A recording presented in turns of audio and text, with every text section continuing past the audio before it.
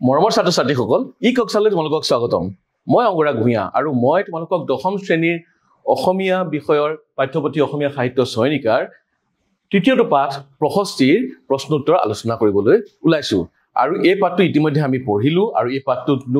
কবিয়ে কি কি ক'ব বিচাৰিছে সেইখিনি ইতিমধ্যে আমি আলোচনা কৰিছো এতিয়া আমি পুনপুটিয়াকৈ প্ৰশ্ন উত্তৰলৈ যাম আৰু প্ৰথম প্ৰশ্নটোলৈ মন কৰা প্ৰথম প্ৰশ্নটো সুধিছে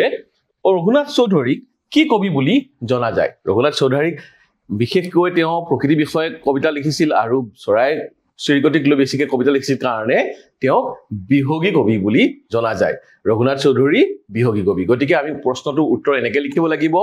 ৰঘুনাথ চৌধুৰীক বিহগী কবি বুলি জনা যায় ৰঘুনাথ চৌধুৰীক কি বুলি জনা যায় বিহগী কবি বুলি জনা যায় এতিয়া আমি দ্বিতীয় প্ৰশ্নটোলৈ আগুৱাই যাওঁ দ্বিতীয় প্ৰশ্নটো চোৱা ৰঘুনাথ চৌধুৰীৰ কবিতা পুথি দুখনৰ নাম লিখা ৰঘুনাথ চৌধুৰীৰ কবিতা পুথি বহুত আছে কিন্তু গোটেইখিনিটো লিখিব কোৱা নাই কেৱল আমাক দুখন লিখিবলৈ কৈছে সেই কাৰণে মই ভাবো প্ৰথমতে তেওঁ যিখন কবিতা পুথি সাদৰী সেইখন নাম লিখাটো খুব প্ৰয়োজনীয় সাদৰীখন 1910 তেওঁ লিখিছিল চনটো তোমালোকৰ যদি মনত নাথাকে চনটো নিলিখিলেও কোনো কথা নাই কাৰণ সুধিছে যে তেওঁৰ কবিতা পুথি দুখনৰ নামহে লিখিব লাগে গতিকে প্ৰথম এখন নাম লিখিবা সাদৰী আৰু সেইখন কেতেকী আছে দহিকথৰ আছে বেলেগ বেলেগ আছে তোমালোকে মই প্ৰথমখন ৰাখি থৈছো সাদৰীখন ৰাখিছো আৰু লগতে কেতেকীখন লিখিব পাৰা আৰু তেওঁ বাকি যিখন কবিতা পুথি আছে যিখনে ভাল লাগে যিখনে মনত ৰাখিবলৈ সুবিধা হয় সেইখনে তোমালোকে লিখিব পাৰা গতিকে দুখন কবিতা পুথিৰ নাম লিখিবলৈ ক'লে আমি লিখিছো সাদৰী আৰু কেতেকী এতিয়া আমি তৃতীয় প্ৰশ্নটোলৈ যাওঁ তৃতীয় প্ৰশ্নটো আমাক সুধিছে যে প্ৰকৃতিক কোনে সাদৰী আনিলে বুলি কবিয়ে কৈছে এই যিটো কবিতাটো প্ৰশস্তি কবিতাটোত আমি মনত আছেনে কবিতাটিত কৈছিল যে প্ৰকৃতিক নৱকিশলয় দলে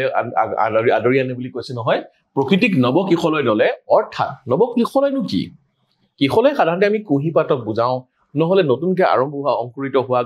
গজালিটো বা কুঁহটো বুজাওঁ গতিকে আমি ক'ব পাৰোঁ প্ৰকৃতিক নৱকিশলয় দলে অৰ্থাৎ গছৰ কুঁহি পাত বা গজালি বা কুঁহে সাদৰি আনিলে বুলি কবিয়ে কৈছে কবিয়ে আমাক কৈছে যে প্ৰকৃতিক নৱকিশলয় দলে সাদৰি আনিলে কেৱল সেইটো লিখিলেই হ'ল কিন্তু সেইখিনি যে তুমি জানা সেইটো জনাবলৈ তুমি এইটো লিখিব পাৰা অৰ্থাৎ কুঁহি পাত কুঁহ বা গজালিয়ে সাদৰি আনিলে গতিকে এনেকৈ লিখিলে আমাৰ নম্বৰটো পোৱাত আমাৰ সুবিধা হয় গতিকে তোমালোকে এনেদৰেই লিখিবা বুলি আশা কৰিলো এতিয়া আমাৰ পৰৱৰ্তী প্ৰশ্নটোলৈ আমি যাওঁ পৰৱৰ্তী প্ৰশ্নটো কৈছে মন্দিৰৰ উপেক্ষিত কি ফুলে প্ৰেম পৰিমল যচা বুলি কবিয়ে কৈছে কবিতাটো যদি তোমালোকৰ মনত আছে বেছি ভালেই আৰু যদি মনতো নাথাকে এটা কথা মনত ৰাখিলেই হ'ল যে এই ফুলটো উপেক্ষিত গতিকে উপেক্ষিত ফুল সাধাৰণতে কেইবিধমান ফুল হয় আমাৰ মনত আছে যে মদাৰ ফুলৰ কথা ক'ব পাৰি আৰু এবিধ ফুল হৈছে ৰবাব ফুল গতিকে ইয়াত আমাৰ কবিতাটোত মদাৰ ফুলৰ কথা নাই আছে ৰবাব ফুলৰ কথা গতিকে আমি লিখিম মন্দিৰৰ উপেক্ষিত ৰবাব ফুলে প্ৰেম পৰিমল যচা বুলি কবিয়ে কৈছে একেবাৰে সহজ নহয়নে ৰবাব ফুলে প্ৰেম পৰিমল যচা বুলি কবিয়ে কবিতাটোত কৈছে কবিতাটো মনত থাকিলেতো প্ৰশ্নটো উত্তৰ কৰাত একেবাৰে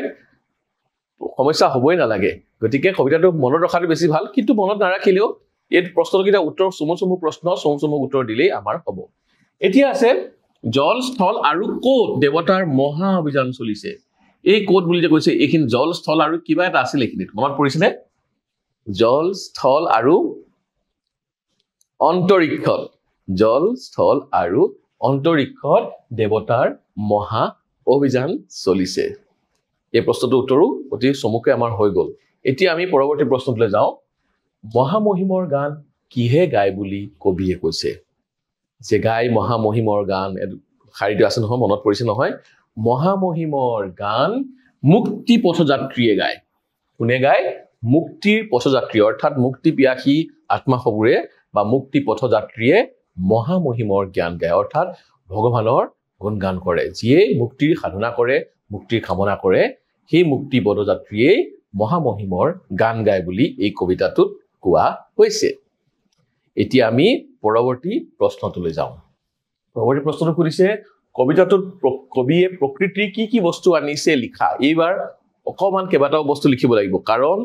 কবিয়ে যিহেতু প্ৰকৃতিক ভাল পায় গতিকে কবিতাটো প্ৰকৃতি সম্বন্ধীয় গতিকে প্ৰকৃতিৰ বহু বস্তুৰ কথা ইয়াত উল্লেখ আছে আমি সেইবোৰ বস্তুৰ কথা ইয়াত লিখিব লাগিব আমি লিখিব লাগিব কবিতাটোত কবিয়ে প্ৰকৃতিৰ অন্তৰীক্ষ নাৰী আকাশ সূৰ্য জল মাটি গছৰ কুঁহিপাত গজালি কুঁ ফুল চৰাই চিৰিকটি আদি বস্তুৰ কথা উল্লেখ কৰিছে ইয়াত বহুকেইটা বস্তু আছে গতিকে মনত ৰাখিবা আকাশ আছে অন্তৰিক্ষ নাৰী সূৰ্য জল মাটি গছৰ কুঁহিপাত গজালি কুঁ চৰাই চিৰিকটি ফুল ইত্যাদিৰ কথা উল্লেখ কৰিছে গতিকে এই প্ৰকৃতিৰ এই সমলবোৰৰ কথা আমি কবিতাটোত পাওঁ আৰু এইকেইটা নামেই আমি ইয়াত লিখিবলৈ লাগিব এতিয়া আমি পৰৱৰ্তী প্ৰশ্নটোলৈ যাওঁ পৰৱৰ্তী প্ৰশ্নটো কৈছে কবিতাটোত কবিয়ে কিয় আৰু কাৰ প্ৰশস্তি কৰিছে যেহেতু কবিতাটোৰ নামেই হৈছে প্ৰশস্তি ইয়াত প্ৰশস্তি মানে প্ৰাৰ্থনা বা কাকুতি কাক কৰিছে কাৰ প্ৰশস্তি গাইছে কাৰ জয়গান গাইছে প্ৰকৃতিৰ কবিয়ে কবিতাটিত প্ৰকৃতিৰ সৌন্দৰ্য বৰ্ণনাৰ মাজেৰে প্ৰকৃতিৰ সৌন্দৰ্য কথা বৰ্ণনা কৰিছে তাৰ লগত প্ৰশস্তি হৈছে কিন্তু সুন্দৰৰ প্ৰশস্তি বা আৰাধনা কৰিছে প্ৰকৃতি বৰ্ণনা কৰিছে প্ৰকৃতি বৰ্ণনাৰ মাজেৰে আমাৰ এই সুন্দৰতাক আমাক সৌন্দৰ্যক আমাৰ আগত দাঙি ধৰিছে আৰু সৌন্দৰ্যৰে তেওঁ প্ৰশস্তি কৰিছে বা তাৰ জয়গান গাইছে বা তাৰ আৰাধনা কৰিছে কিয় কৰিছে প্ৰকৃতিৰ সন্মুখীনী সুধাৰ মাজতেই কবিয়ে বাৰে বাৰে নেদেখাজনৰ অস্তিত্ব দেখিবলৈ পাইছে প্ৰকৃতিবাদী কবিসকলৰ এইটোৱে হয় যে প্ৰকৃতিৰ সৌন্দৰ্যৰ মাজত নেদেখাজনৰ বা আমাৰ পৰমপিতাৰ এটা সন্ধান পোৱা যায় যে গতিকে ইয়াত কৈছে যে প্ৰকৃতিৰ সন্মুখীনী সুধাৰ মাজত কবিয়ে বাৰে বাৰে নেদেখাজনৰ অস্তিত্ব ভগৱানৰ অস্তিত্বকে জানি ইয়াত উপলব্ধি কৰিছে সেইটো কথা ইয়াত কোৱা হৈছে প্ৰকৃতিৰ ৰূপ আৰাধনাৰ মাজত কবিতাটোত ঈশ্বৰ ভক্তিৰ স্বৰূপ সোমাই আছে ইয়াত দেখিবলৈ কোৱা হৈছে প্ৰকৃতিৰ বৰ্ণনা কৰিছে কিন্তু তাৰ মাজেৰে সৌন্দৰ্যৰ প্ৰশস্তি কৰিছে আৰু সৌন্দৰ্যৰ প্ৰশস্তি অৰ্থাৎ ভগৱানৰে প্ৰশস্তি গাইছে যে ভগৱানৰে এই সৃষ্টি ভগৱানৰে এই সৃষ্ট এই বিনন্দীয়া পৃথিৱীখনৰ বৰ্ণনাৰ মাজেৰে যিজনে এইখন সৃষ্টি কৰিছে অৰ্থাৎ ভগৱানৰে কবিতাত ঈশ্বৰ ভক্তিৰ ইয়াত স্বৰূপটো ইয়াত সোমাই আছে আৰু কবিতাটোত সেয়া প্ৰকাশ পাইছে তোমালোকে নিশ্চয় লিখিব পাৰিবা একেবাৰে সহজতা লিখিবলৈ গ'লে কবিতাটোত কবিয়ে প্ৰকৃতিৰ বৰ্ণনাৰ মাজেৰে সুন্দৰৰ প্ৰশস্তি গাইছে আৰু সেই সুন্দৰতাৰ মাজত সেই সন্মোহিনী সুধাৰ মাজত ঈশ্বৰৰ অস্তিত্বকে তেওঁ ঈশ্বৰৰ অস্তিত্বৰ তেওঁ প্ৰকাশ কৰিছে আৰু তাত তেওঁৰ ভক্তিৰ স্বৰূপ ইয়াতেই ওলাই পৰিছে এনেদৰে আমি এই উত্তৰটো লিখিব পাৰোঁ সেয়া পিছৰ প্ৰশ্নটোলৈ আহা এতিয়া পিছৰ প্ৰশ্নটো সুধিছে কবিতাটোত প্ৰকৃতিৰ সুধাৰ মাজত কিদৰে সুন্দৰৰ সাধনা লুকাই আছে এইমাত্ৰ আলোচনা কৰিছোৱেই যে প্ৰকৃতিৰ সুধাৰ মাজত সুধা মানে অমৃত এই সুধাৰ মাজত কেনেদৰে সুন্দৰৰ সাধনা ইয়াত লুকাই আছে বুলি কোৱা হৈছে গতিকে সেই কথাখিনি আমি যদি ক'বলগীয়া হয় এনেকৈ কম প্ৰকৃতিৰ ৰূপ আৰাধনা আঁৰত কবি ৰঘুনাথ চৌধুৰীৰ প্ৰশস্তিৰ কবিতাটোত আচলতে ঈশ্বৰ ভক্তিৰ স্বৰূপ সোমাই আছে ইয়াত ঈশ্বৰৰ ভক্তিৰ স্বৰূপেটো সোমাই আছে যে প্ৰকৃতিৰ গুণগান প্ৰকৃতিৰ জয়গান গোৱা মানে ঈশ্বৰৰ জয়গান গোৱা প্ৰকৃতিৰ সন্মোহিনী সুধাৰ মাজত কবিয়ে বাৰে বাৰে নেদেখাজনৰ অস্তিত্ব দেখিবলৈ পাইছে নেদেখাজন মানে ভগৱান আৰু কৈছে কাল ৰাত্ৰি অন্তত যিদৰে পুৱাৰ সূৰুজ পোহৰৰ সম্ভাৰ কঢ়িয়াই আনি সৰ্বত্ৰতে বিলাই দিয়ে জলস্থল আনকি অন্তৰিক্ষও জিলিকি উঠে যে কৈছে কাল ৰাত্ৰি যে অমানিশা অন্ধকাৰ ৰাতিৰ পিছত যেতিয়া পুৱাৰ সূৰুজে হেঙুলীয়া পোহৰ চৌদিশে বিয়পাই দিয়ে আৰু জলস্থল আনকি অন্তৰিক্ষও জিলিকি উঠে সকলোখিনি সৰ্বত্ৰ জিলিকি উঠে আৰু সেইদৰে গছ বন ফল ফুলেও যেন আনন্দত আত্মহাৰা হৈ পৰিছে চৰাই চিৰিকটি আদিও সকলোতে দেৱতাৰ হে সন্ধান কৰিছে যে পোহৰ হৈছে সকলোখিনি সুন্দৰ হৈ পৰিছে গতিকে তাৰ মাজেৰে যেন ভগৱানৰে সাধনা কৰিছে এতিয়া আমি ইয়াৰ পিছৰ প্ৰশ্নটোলৈ যাওঁ প্ৰশস্তি কবিতাটোৰ মূল ভাৱ লিখা এতিয়া এইখিনি কথাই আলোচনা কৰি আছো এইখিনি কথাই আমি মূল ভাৱত লিখিব লাগিব মূল ভাৱত কি কৰিছে আমি ইয়াত ক'ব যে প্ৰশস্তি কবিতাটো এটা প্ৰকৃতিবাদী কবিতা প্ৰকৃতিৰ ইয়াত বন্দনা আছে প্ৰকৃতিৰ বন্দনাৰ মাজত প্ৰকৃতিৰ সৌন্দৰ্যক ইয়াক আমাৰ প্ৰশস্তি কৰা হৈছে আৰু সেই সৌন্দৰ্য সন্মুখীন সুধাৰ মাজত ঈশ্বৰৰ অস্তিত্বকে যেন বাৰে বাৰে ইয়াত উপলব্ধি কৰা হৈছে বা ঈশ্বৰৰ অস্তিত্বকে ইয়াক প্ৰকট কৰা হৈছে আমি কম যে কবি ৰঘুনাথ চৌধুৰীৰ প্ৰশস্তি নামৰ কবিতাটোৰ জৰিয়তে প্ৰকৃতিৰ সৌন্দৰ্য বৰ্ণনাৰ মাজেৰে সুন্দৰৰ আৰাধনা বা গুণানুকীৰ্তন কৰিছে গুণৰ ইয়াত জয়গান গাইছে গুণানুকীৰ্তন কৰিছে ঈশ্বৰ ভক্তিৰ এক স্বৰূপ এক আধ্যাত্মিক সুৰ কবিতাটোত গভীৰ অনুভূতিৰ বাহক কৰি তুলিছে যে ঈশ্বৰ ভক্তিৰ এটা আধ্যাত্মিক সুৰ এটা এই কবিতাটোৰ মাজত শুনিবলৈ পোৱা যায় বা ইয়াত আমি উপলব্ধি কৰিব পাওঁ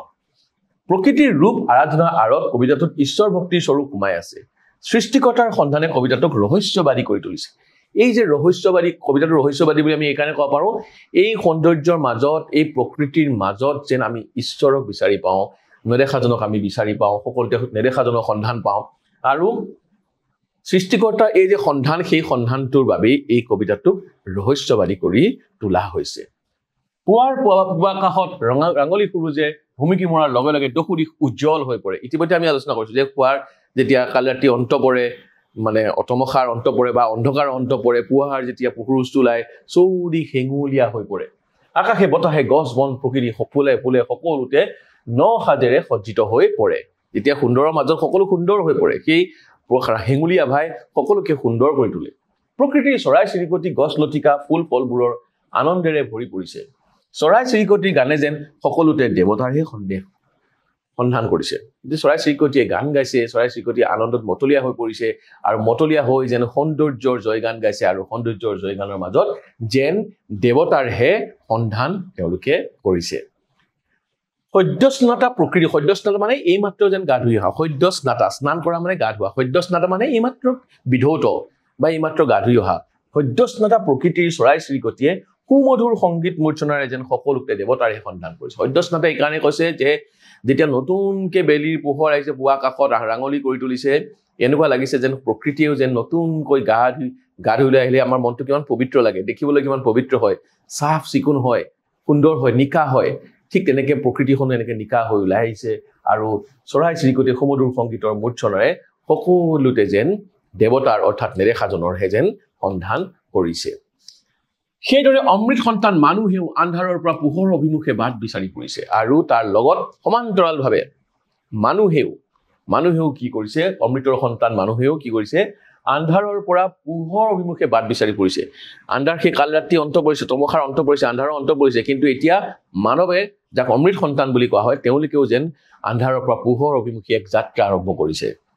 প্ৰকৃতিৰ সন্মুখীনি সুধাৰ মাজত কবিয়ে বাৰে বাৰে নেদেখাজনৰ অস্তিত্ব দেখিবলৈ পাইছে একেখিনি কথা আমি আকৌ কৈছো যে যিটো প্ৰকৃতি আছে তাত মাজত মানুহেও পাইছে কি নেদেখাজনৰ অস্তিত্ব দেখিবলৈ পাইছে সেয়ে কবিয়ে ভক্তসকলক তন্দ্ৰা ত্যাগ কৰি সুন্দৰৰ ৰূপ ধ্যান কৰিবলৈ কৈছে সেয়ে কবিয়ে কৈছে যে আমি যে কওঁ সত্যম শিৱম সুন্দৰম যিটো সত্য সিয়ে সুন্দৰ আৰু সিয়েই ভগৱান ঠিক কবিয়েও এই তাৰ ভক্তসকলক কৈছে যে তোমালোকে তন্দ্ৰা ত্যাগ কৰা নিদ্ৰা ত্যাগ কৰা তোমালোকে যে শুই আছা সেই নিদ্ৰাৰ পৰা অন্ত পেলাই তোমালোকে কি কৰা সুন্দৰৰ ৰূপ ধ্যান কৰিবলৈ ওলাই আহা এইটোৱে আহ্বানেৰে কবিয়ে কবিতাটো শেষ কৰিছে বৰ সুন্দৰ কবিতা নহয়নে বাৰু গতিকে ইয়াৰ মূল ভাৱটো লিখোতেও তোমালোকৰ নিশ্চয়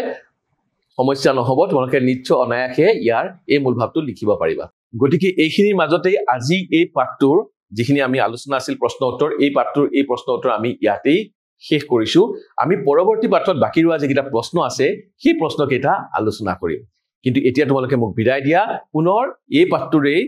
পৰৱৰ্তী প্ৰশ্নবোৰৰ উত্তৰৰ মাজত তোমালোকক লগ পাম তেতিয়ালৈকে ধন্যবাদ